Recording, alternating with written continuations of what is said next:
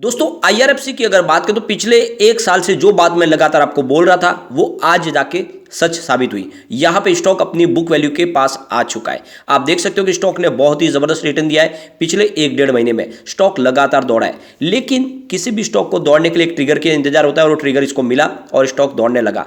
अब लोगों को लगने लगा कि आईआरएफसी बहुत सस्ता स्टॉक है, यहाँ पे इन्वेस्टमेंट करना चाहिए। लेकिन जब इसकी प्राइस आईपीओ प्राइस से नीचे जा रही थी, लगातार स्टॉक डिस्काउंट में मिल रहा था, उस समय लोग इसको महंगा समझ रहे थे, इसमें खरीदारी करने से बच रहे थे। उनको लग रहा था कि इस स्टॉक में निवेश नहीं करना चाहिए, ये स्टॉक कभी नहीं बढ़ेगा। लेकिन मैंने आपको लगातार बोला, बार बार बोला कि इस स्टॉक में आपको इन्वेस्टमेंट करना चाहिए, यह स्टॉक आपके पोर्टफोलियो में होना ही चाहिए। काफ़ी लोगों ने बात को मानी और अपने पोर्टफोलियो में इसको ऐड किया। आज वो काफ़ी ज़्यादा प्रॉफिट में। अब आगे की क्या संभावना बन रही है? क्या आईआरएफसी में ऐसी ही तेजी जारी रहने वाली है या फिर प्रॉफिट बुक करके निकल जाना चाहिए? क्या है रिसर्च एनालिस्टों की राय? और आईआरएफसी और आरबीएनएल जिस तरह से दौड़ रहे, क्या आने वाले समय ये दुगुना तीन गुना हो सकते हैं? क्या जल्दी 3 डिजिट में जाएंगे? इन सारी बातों को समझेंगे इस वीडियो के माध्यम से। सबसे पहले अगर हम बाजार की बात करें तो अभी लगभग 3:15 बजे के आसपास का टाइम में अभी बाजार क्लोज होने वाला है। बीएसई सेंसेक्स फिलहाल 62,484 के स्तर पर, जहाँ पे 190 पॉइंट की तेजी है, 0.31% बीएसई सेंसेक्स तेज है। अब आईआरएफसी की बात करें तो 33.65 के आसपास है, जहाँ पे 0.85% की तेजी है, यानी काफ़ी शानदार 6% की तेजी, और स्टॉक लगातार दौड़ रहा है। अब पिछले एक साल के हिसाब से देखें तो यहाँ पे स्टॉक ने करीब 45% का पॉजिटिव रिटर्न दिया है, और 6 मंथ के हिसाब से इसने 58% का ज़बरदस्त रिटर्न दिया है। और यहाँ पे वापस अगर हम 1 मंथ की बात करें तो हमें 48% की ज़बरदस्त तेजी देखने को मिल रही है, यानी लगभग ज़बरदस्त रिटर्न दिया। एक तरफा दौड़ा स्टॉक। सिर्फ 5 दिन की बात करें, स्टॉक ने 18.90% यानी लगभग 19% का शानदार रिटर्न दे दिया है। तो काफ़ी शानदार। बीच में मामूली सी प्रॉफिट बुकिंग आती है, स्टॉक फिर से दौड़ने लगता है, क्योंकि अब यहाँ पे रिटेल निवेशक जम के खरीदारी तो कर ही रहे, साथ में बड़े फंड हाउस का सहयोग भी मिल रहा है, और ये इशारा है वॉल्यूम के अंदर। आज वॉल्यूम बहुत ही ज़बरदस्त बढ़ा है। आप देख सकते हो लगभग दुगुना हो गया वॉल्यूम फ्राइडे के मुकाबले। यहाँ पे वॉल्यूम लगातार बढ़ रहा है और ये इशारा है कि यहाँ पे ये तेजी का दौर अब फिर से जारी रहने वाला है, लंबा चलने वाला है।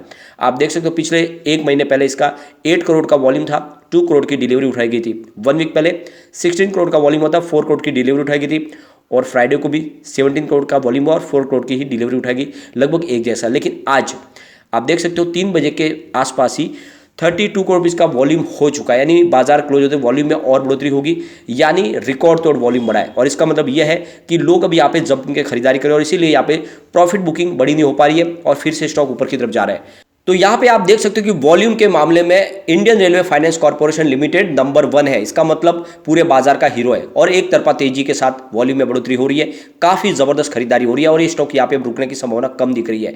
सेकंड नंबर पे यस बैंक है, वही स्टॉक जिसको मैंने आपको लगातार सजेस्ट किया है। काफी समय से लोग हैं जो कह रहे थे कि आपको यस बैंक में इन्वेस्टमेंट नहीं करना चाहिए, इससे बाहर निकल जाना चाहिए, लेकिन आप देख सकते हो यस बैंक भी आज वॉल्यूम के मामले में नंबर 2 पे और काफी तेजी से दौड़ रहा है। तो ये आप समझ लीजिए कि जो स्टॉक मैंने आपको सजेस्ट किए भले ही समय लेंगे लेकिन दौड़ेंगे जरूर, और ये बिल्कुल साबित हो रही है बात।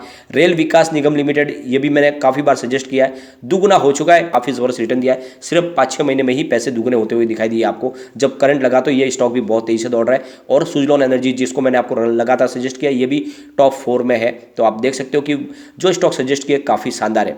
आप देख सकते हो 19.30 इसका 52 वीक का लो है, 34 52 वीक का है फिलहाल स्टॉक। आप देख सकते हो 33.65 के आसपास है। तो यहाँ पे आप देख सकते हो आज इसने बिल्कुल नई हाई बना दिया और स्टॉक 35 को टच किया है, और वहाँ से प्रॉफिट बुकिंग की वजह से थोड़ा सा आपको नीचे आता हुआ दिखाई देगा, लेकिन ज़बरदस्त स्टॉक में तेजी बनी हुई है, और ये स्टॉक आने वाले समय और भी तेजी से आगे जा सकता है। बीच बीच में प्रॉफिट बुकिंग जरूर आ रही है। तो यहाँ पे आप देख सकते हो कि 3 जो पीएसयू रेलवे स्टॉक्स है उनमें 98% की तेजी हमें देखने को मिली, काफ़ी शानदार दौड़े। Indian railway finance corporation limited recon, और यहाँ पे रेल विकास निगम लिमिटेड जो लगातार दौड़ रहे हैं।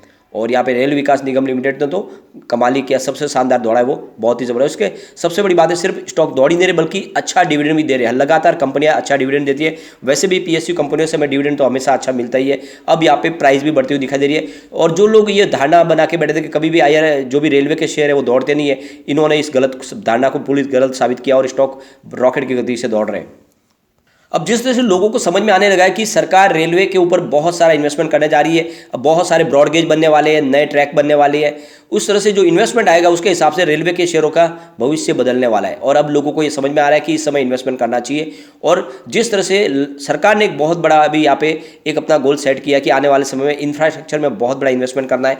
और आप समझ सकते हो वंदे भारत चल रही है, बहुत सारी और नई ट्रेनें आने वाली है, नए ट्रैक लगने वाले हैं, बहुत सारे जो स्टेशन है उनका कायाकल्प होने वाला है। इन सब का फायदा रेलवे स्टॉक को मिलने वाला है। और आपको पता होगा IRFC तो ऑलरेडी रेलवेज को यहाँ पे फंड प्रोवाइड करती है।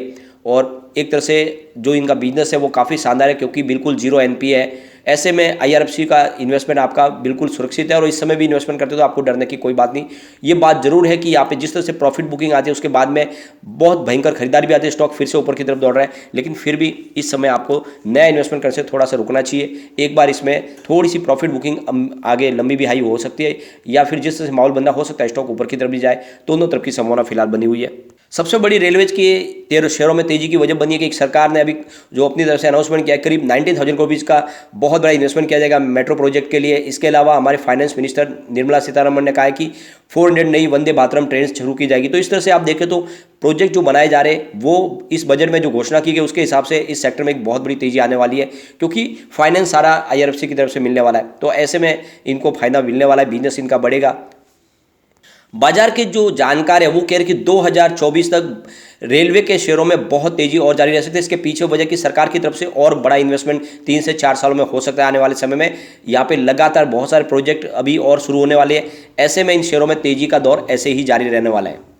सबसे बड़ी बात है कि IRFC फिलहाल अभी आप देखें तो सिंगल डिजिट P में आपको ट्रेड करता हुआ दिखाई दे रहा है, साथ में अच्छा आपको डिविडेंड पे करता हुआ दिखाई देगा, यानी 4.5% यील्ड का डिविडेंड देता हुआ दिखाई देगा। ऐसे में स्टॉक काफ़ी अट्रैक्टिव लग रहा है। और ऐसे में अगर आप देखें तो निवेश का जरिया यहाँ पे बनता ही है।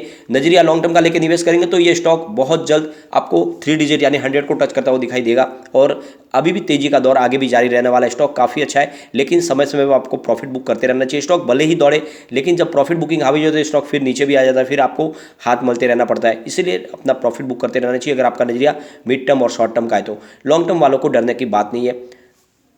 सबसे बड़ी बात है कि इन स्टॉक में तो अब शुरुआत हुई है, तो अब दौड़ना बहुत बाकी है। जिस तरह से आप देख सकते हो कि IRCTC दौड़ा था, लोगों को लगने लगा भी स्टॉक भी उसी तरह से दौड़ेंगे, और वैसी अगर रफ्तार से दौड़ते तो इनके टारगेट कई और हिट होते हुए दिखाई देंगे।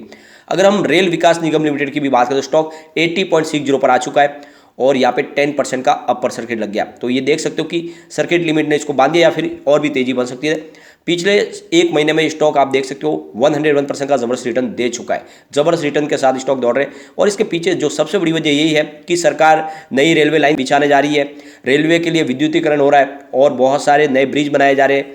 इस तरह से जो बहुत सारे अभी प्लान जो सामने सरकार ने बनाए हुए अपने प्लान के हिसाब से बहुत सारा यहाँ पे इंफ्रास्ट्रक्चर का काम होने वाला है, और इसका फायदा दोनों को कंपनियों को मिलने वाला है, क्योंकि ये सारा का सारा कामकाज RVNL करती है और इनको फाइनेंस IRFC प्रोवाइड करती है। ऐसे में प्राइस और बढ़ने की संभावना बनी हुई है। आज इसकी बुक वैल्यू 33.30 के आसपास आप देख सकते हो। उस बुक वैल्यू को आज इसने टच करके ऊपर की तरफ हाई बनाते हुए दिखाई दिया, यानी स्टॉक काफ़ी शानदार लग रहा है। और क्यों ना हो, कंपनी बहुत मजबूत है। आप देख सकते हो लगातार इनका बिजनेस बढ़ रहा है। मार्च 2021 की बात करें जहाँ पे इनका सेल 15,771 करोड़ रुपीज़ के आसपास था, वो इस TTM में 22,465 करोड़ रुपीज़ के आसपास पहुँच गया, यानी ज़बरदस्त बढ़ोतरी हुई है इनके सेल्स में। अगर ऑपरेटिंग प्रॉफिट को भी देखें तो मार्च 2021 में जहाँ पे 15,657 करोड़ रुपीज़ के आसपास था, वो इस TTM 22,370 करोड़ रुपीज़ के आसपास पहुंच गया, यानी ऑपरेटिंग प्रॉफिट लगातार आपको बढ़ता हुआ दिखाई देगा। इसके अलावा आप देख लेंगे तो नेट प्रॉफिट आफ्टर टैक्स मार्च 2021 में कंपनी का 4,416 करोड़ रुपीज़ के आसपास था, मार्च 2022 में बढ़ के वो 6,090 करोड़ रुपीज़ के आसपास पहुंच गया, और इस TTM वो 6,462 करोड़ रुपीज़ के आसपास पहुंच गया। लगातार आप देख सकते हो कंपनी का बिजनेस, कंपनी का प्रॉफिट सब कुछ बढ़ रहा है। ऐसे में स्टॉक यहाँ पे रुकने वाला नहीं, तो नजरिया लॉन्ग टर्म का लेकर निवेश करें, जल्दी आपको 100 होता हुआ दिखाई देगा। लेकिन फ्रेंड, कोई भी इन्वेस्टमेंट करने से पहले अपने फाइनेंशियल एडवाइजर के बारे में ले ले या अपना खुद का रिसर्च करें, क्योंकि मैंने वीडियो आपके एजुकेशनल पर्पज के लिए ही बनाया। वीडियो पसंद आए तो लाइक शेयर जरूर कीजिए और चैनल को सब्सक्राइब कर दीजिए। थैंक